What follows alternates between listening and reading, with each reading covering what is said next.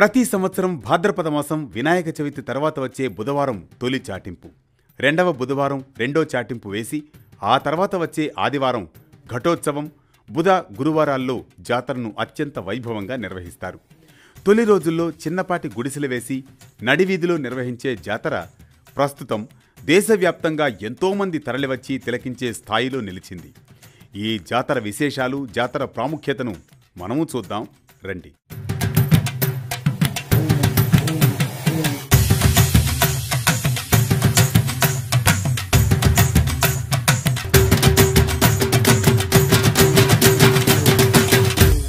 చాటింపు అంటే ఏమిటి? చాటింపు అంటే జాతర ప్రారంభమవుతుందని చెప్పడం. వెంకటగిరి శ్రీ పోలేరమ్మ తల్లి జాతర చాటింపు వినాయక చవితి జరిగిన తరువాత వచ్చే బుధవారం తొలి చాటింపు వేస్తారు. ఆ రోజున దేవాదాయ శాఖ అధికారులు కాంపాళెంగా పిలిచే ప్రాంతానికి చేరుకొని రెడ్డి పనిబాట వాళ్లకు తాంబూలం సమర్పించి జాతర చేయాలని కోరుతారు. అక్కడి నుంచి అందరూ కలిసి వెంకటగిరి రాజుల వంశస్థులు ఉండే నగరి కోటకు చేరుకొని రాజుల నుండి జాతర జరిపేందుకు అనుమతి తాంబూలం రూపంలో స్వీకరిస్తారు. ఆ రాత్రికి వెంకటగిరి పొలిమేరల్లో ఊరిలో పలకలు వాయిస్తూ కంపాలెంకు చెందిన కలపాటి వంశస్థులు మూడో వారంలో ఆదివారం ఘటోత్సవం, బుధవారం గురువారం జాతర జరుగుతుందని చాటింపు వేస్తారు. ఇదే మాదిరి రెండో బుధవారం పొలిమేరల్లో చాటింపు వేస్తారు. చాటింపు వేసిన తర్వాత ఆ ప్రాంతాల వారు జాతరలోపు ఊరిలో ఉండాలని కూడా పెద్దలు చెబుతారు. చాటింపు వేసిన తర్వాత 21 రోజుల పాటు వెంకటగిరిలో ఎలాంటి శుభకార్యాలు జరగవు. రెండో చాటింపు వేసిన తర్వాత వచ్చే ఆదివారం ఘటోత్సవం నిర్వహిస్తారు. ఆ రోజున ఉదయం పోలేరమ్మకు బలి ఇచ్చే జంతువును మొక్కుబడి ఉన్నవారు అందిస్తారు. గత కొద్ది సంవత్సరాలుగా కోవూరుకు చెందిన వారే ఇస్తున్నారు. దాన్ని తొలుత రెడ్డివారు పూజ చేసి దేవాదాయ శాఖ వారి నుంచి తాంబూలం స్వీకరించి కాంపాలెంకు చెందిన వారికి అందిస్తారు. దానిని బుధవారం వరకు ప్రతి ఇంటికి తిప్పి పూజలు చేస్తారు.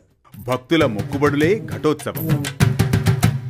కాంపాళెంకు చెందిన రజకులు పోలేరమ్మ పుట్టినిల్లుగా పిలిచే కుమ్మవారి ఇంటికి వెళ్లి కట్నమిచ్చి 2 కుండలు తీసుకుంటారు.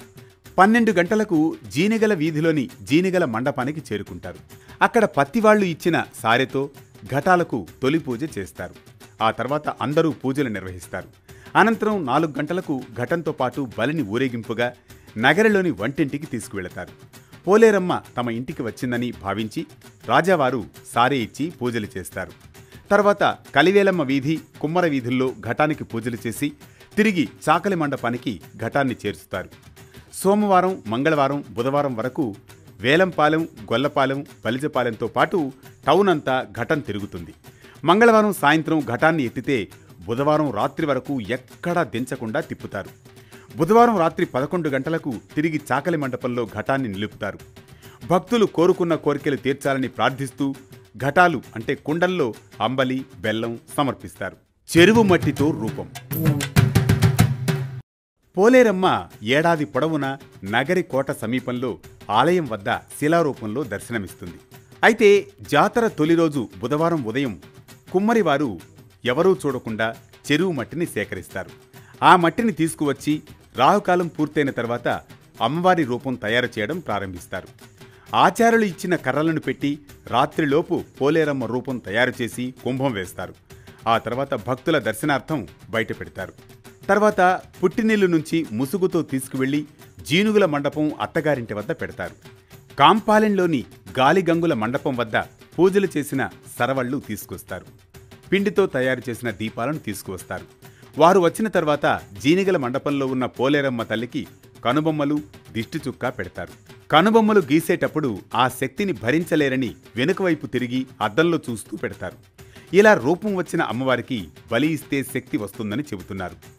అక్కడ కొంత సమయం భక్తులకు దర్శనం కల్పించి రథంపై పురవీధుల్లో ఊరేగిస్తూ ఆలయం వద్ద దర్శనం కోసం ఉంచుతారు. అమ్మవారిని సుమారు 3 లక్షల మందికి పైగా భక్తులు దర్శనం చేసుకుంటారు.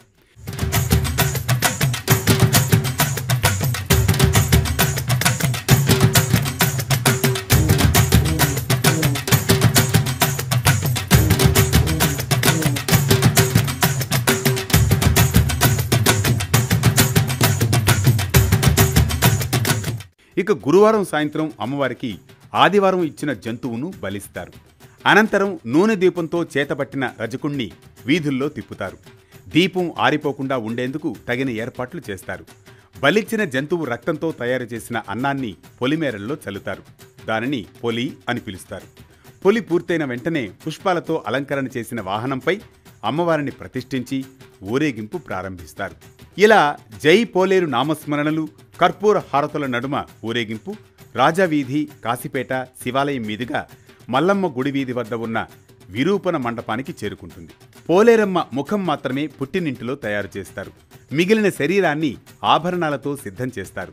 నిమజ్జన ప్రాంతానికి చేరుకోగానే అక్కడే ఉన్న అధికారులు ఆభరణాలు తొలగించడంతో భక్తులు అమ్మవారి రూపం నుండి వచ్చే మట్టి కోసం పోటీ పడతారు. ఆ మట్టిని తీసుకెళ్లి ఇంట్లో పెట్టుకోవడం, పూజ గదిలో పూజలు చేయడం, అనారోగ్యంతో ఉన్నవారు స్వీకరిస్తే ఆరోగ్యం బాగవుతుందనేది భక్తుల విశ్వాసం.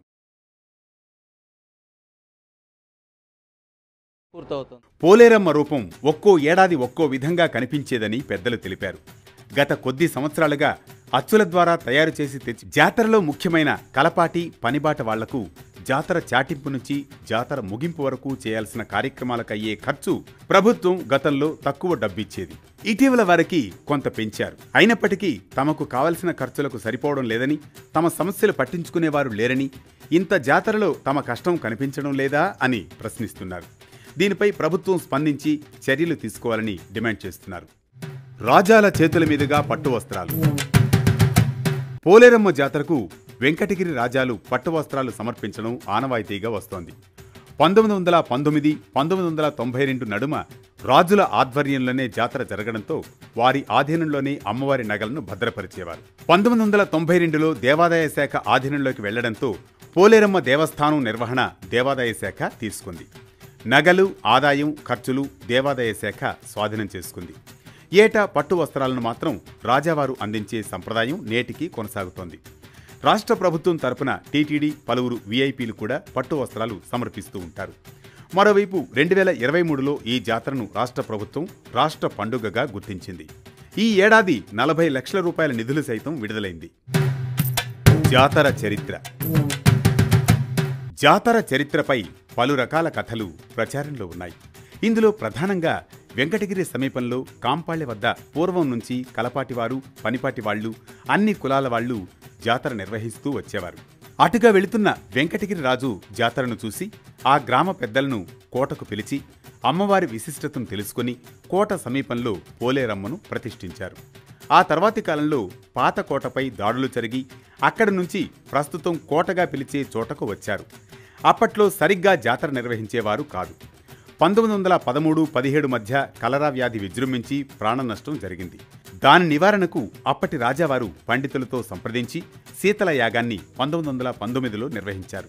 ఆ యాగం ఫలితంగా వ్యాధి పూర్తిగా తగ్గిపోవడంతో రాజు కలలోకి వచ్చిన పోలేరమ్మ తన గుడిని ప్రతిష్ఠించాలని చెప్పడంతో శీతల యాగంతో పాటు అష్టదిగ్బంధనం చేసి వెంకటగిరి పొలిమేరల్లో శిలల్ని స్థాపించారు. అందులోని ప్రధాన శిల నేటికి పోలేరమ్మ ప్రతిరూపంగా మనం దర్శనం చేసుకుంటూ ఉన్నాం.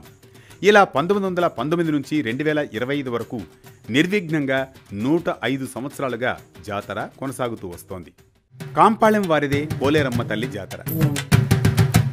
పూర్వం కాంపాళ్యం అనే గ్రామంలోనే జాతర జరిగేది. కలపాటి వంశస్థులు, పనిబాట వాళ్లు కలిసి జాతరను 1714లో చేసేవారని చెబుతారు. తొలుత కలరా వ్యాధి వచ్చినప్పుడు రాజులు అమ్మవారిని కాంపాళ్యం నుంచి వెంకటగిరికి తీసుకువచ్చారని, అందుకే నేటికి ఆ గ్రామంలోని వారికే జాతర ప్రాముఖ్యత ఇస్తున్నారని చెబుతున్నారు. కలపాటి కుటుంబం, కాంపాళ్యం గ్రామంపై వచ్చిన అనేక కథలు, అన్ని మాటలు కూడా కల్పితాలు మాత్రమేనని, ఎలాంటి ఆధారాలు కానీ పెద్దలు చెప్పిన 53లోనే జాతర ప్రస్తావన. రైల్వే కోడూరు వద్ద రైల్వే లైన్ ఏర్పాటు చేసే బ్రిటిషర్లకు వెంకటగిరి జాతరకు వెళుతున్న బృందం కనిపించింది.